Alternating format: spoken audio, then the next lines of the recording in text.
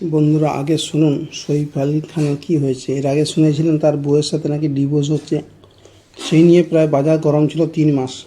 অনেক টাকার ব্যবসা করে নিয়েছে সেই সময়। এই সময় আরেকটি গুজব রটিয়েছে, আরজি করে ডাক্তারকে যেরকম হাসপাতালের মধ্যে ঢুকে মেরেছিল, সেই কায়দায় তার বাড়িতে নাকি লোক ঢুকে তাকে মেরেছে। তারপর সে হাসতে হাসতে হাসপাতালে গিয়েছে এবং সেখানে পরবর্তী শুটিং চলছে। বিটকেল বাঙালি কী বলছে এই সম্পর্কে শুনুন।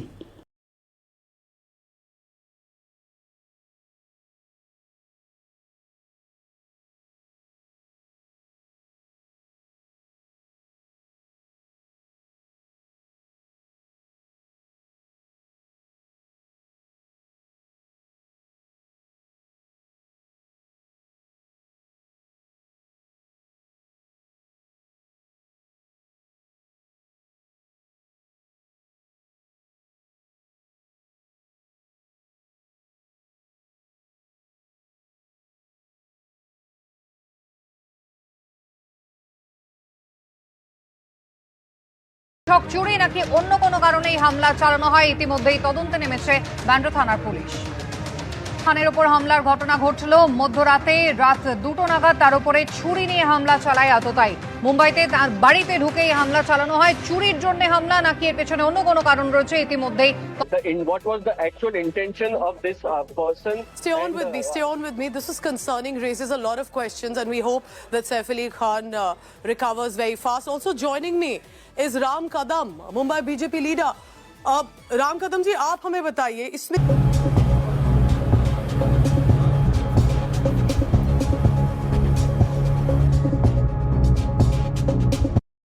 দেখুন ভিখারি মিডিয়া আরও কী কী বলছে।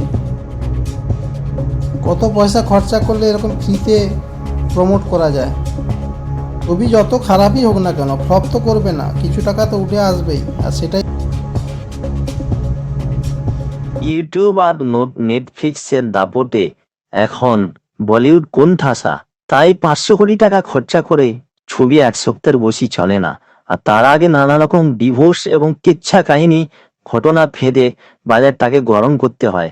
আগের বারে করিনার সাথে ডিভোর্সের গল্প বেঁধেছিল, এবারে আরজি করের কায়দায় সইফ আলী খান নিজের বাসভবনে তাকে নাকি কে গুলি করে মারার চেষ্টা করেছে এবং প্রায় 50 থেকে 60 কোটি টাকা খরচা করে সুমন, ময়ূখ আর অন্যদের মতো কিছু মিডিয়া দালাল আর সরকারি অফিসারদের হাত করে একটা বিশাল নাটক ফেঁদেছে, যাতে তার আপকামিং মুভি রেস 5-এর জন্য একটি প্রমোট করতে চলেছে।